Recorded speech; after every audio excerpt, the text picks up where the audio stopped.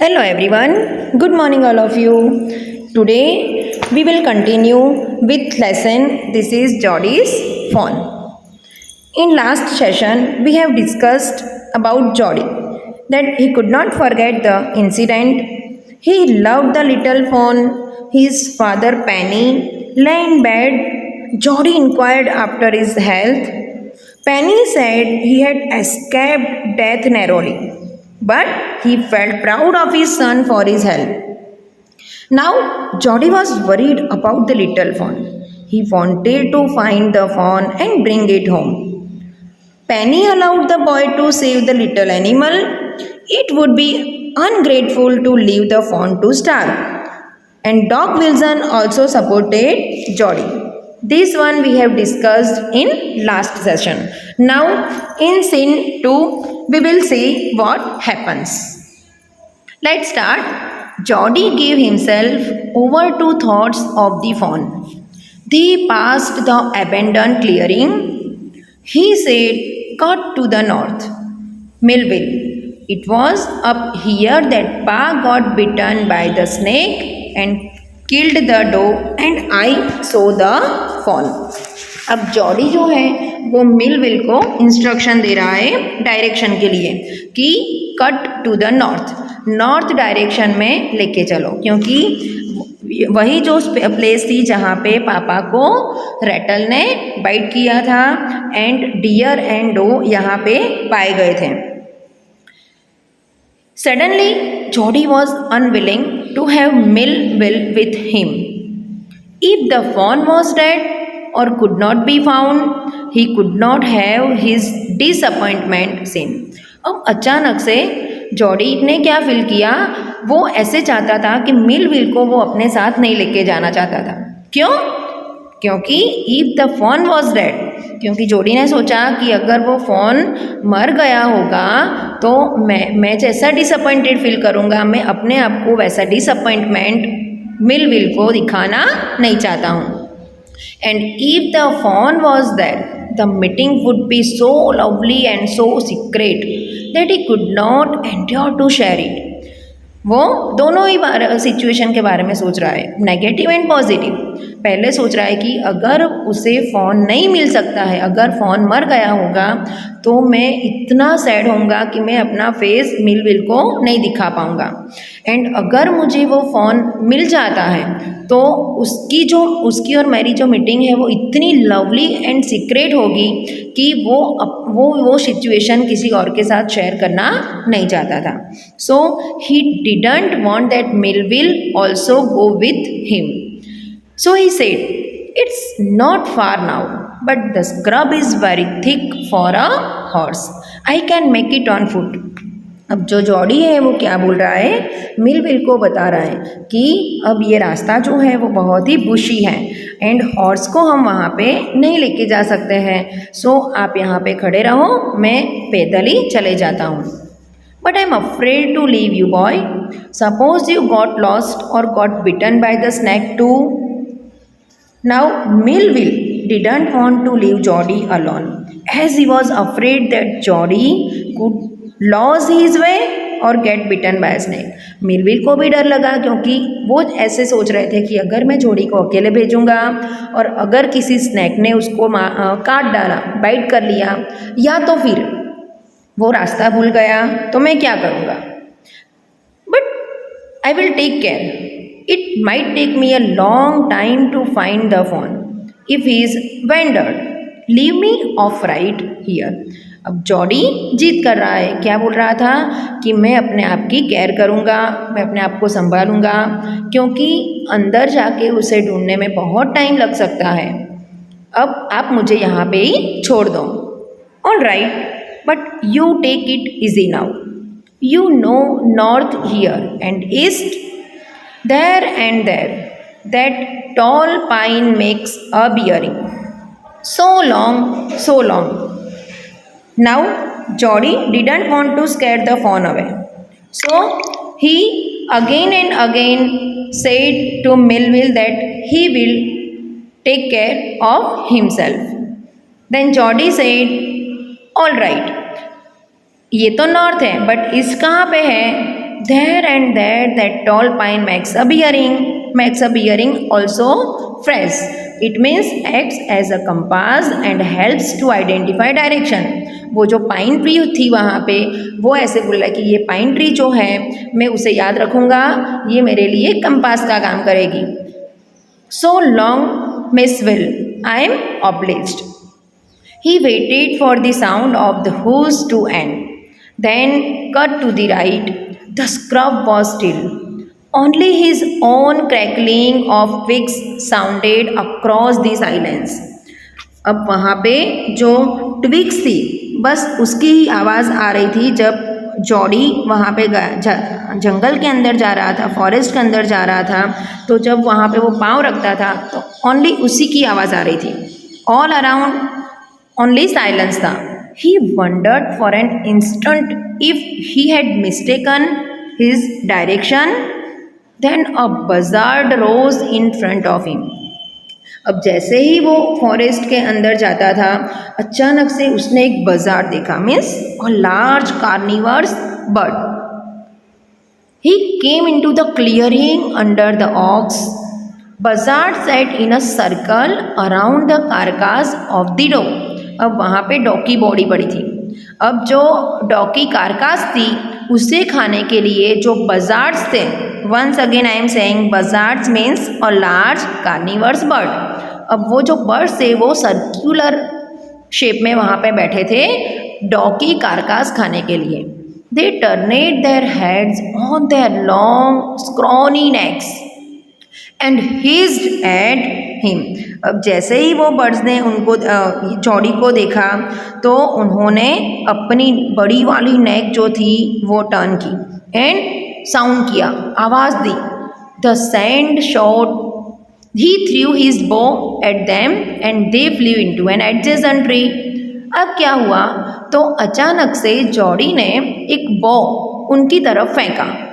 जैसे ही वो फेंका तो वो बर्ड्स डर के नजदीक adjacent means near by tree पे फ्लू होके चले गए. The sand showed large cat prints but the big cats killed fresh and they had left the doe to the carrion birds. Carrion means dead body. He parted the grass at the place where he had seen the fawn. It did not seem possible that it was only yesterday, because that incident happened only 24 hours ago. So the fawn was not there. Jody found a lot, but he didn't find that fawn. He circled the clearing. There was no sound, no sign. The buzzards clacked their wings, impatient to return to their business. अब जो बजार्ड से जो birds थे वो फिर से उनका business start करना चाहते थे, means they wanted to eat that carrion. He return to the spot where the fawn had emerged and dropped on all fours, studying the sand for the small hoof prints.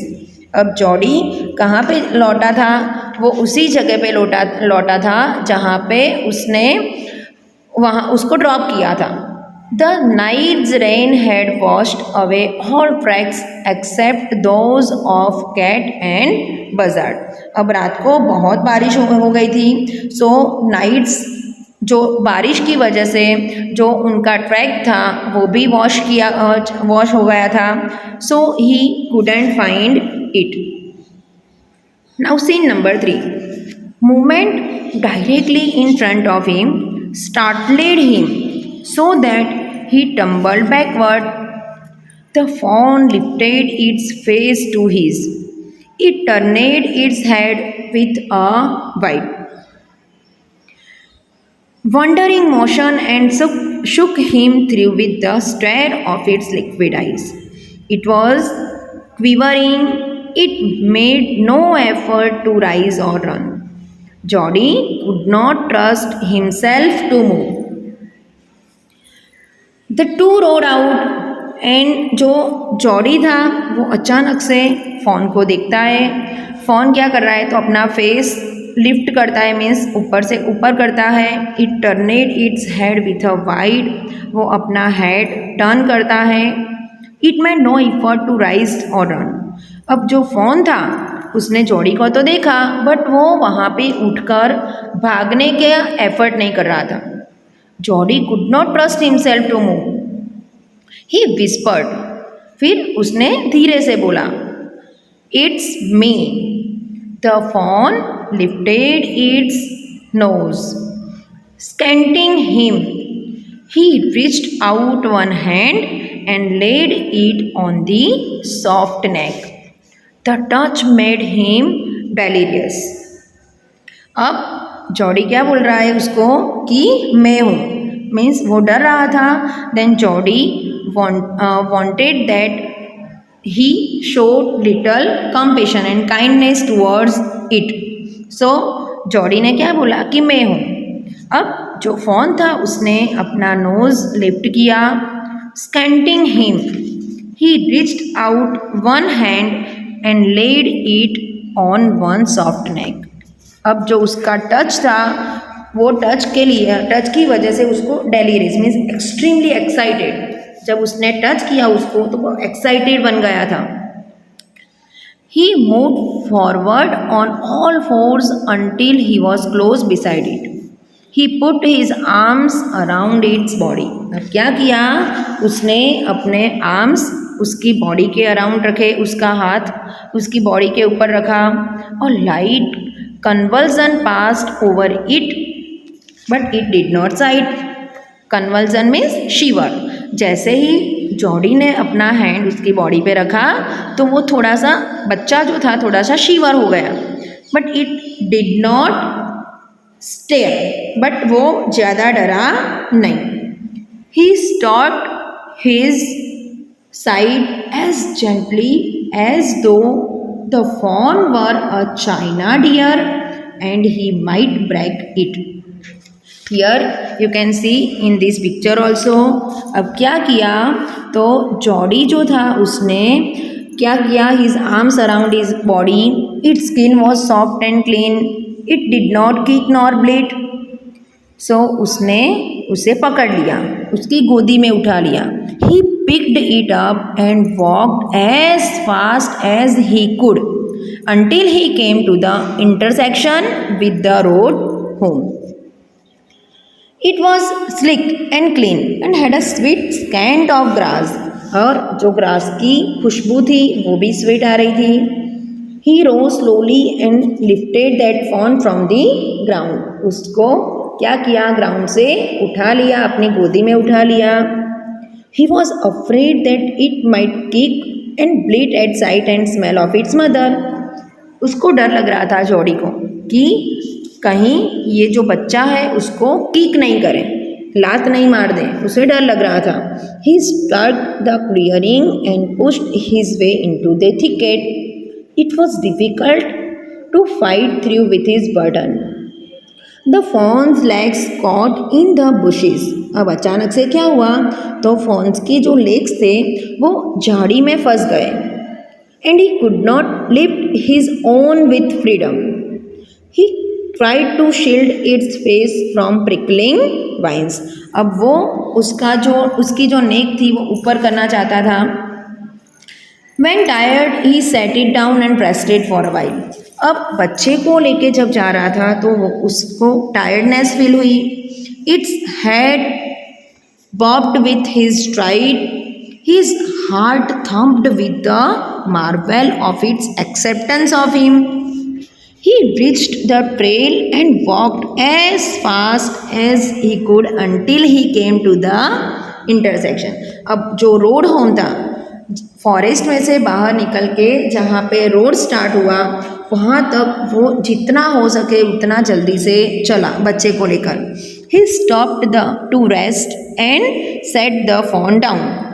थक गया था, थकान महसूस हो रही थी, इसलिए उसने क्या किया, He stopped to rest and set the fawn down. उसने बच्चे को नीचे उतारा.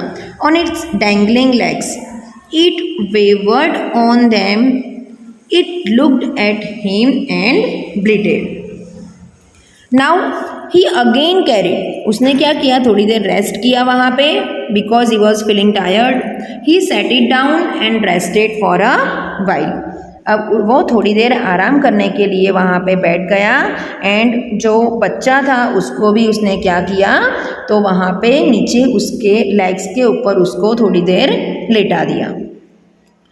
Now we will discuss the remaining lesson in our next session. I hope you understood this part. We will meet next session. Bye everyone. Thank you. Have a nice day.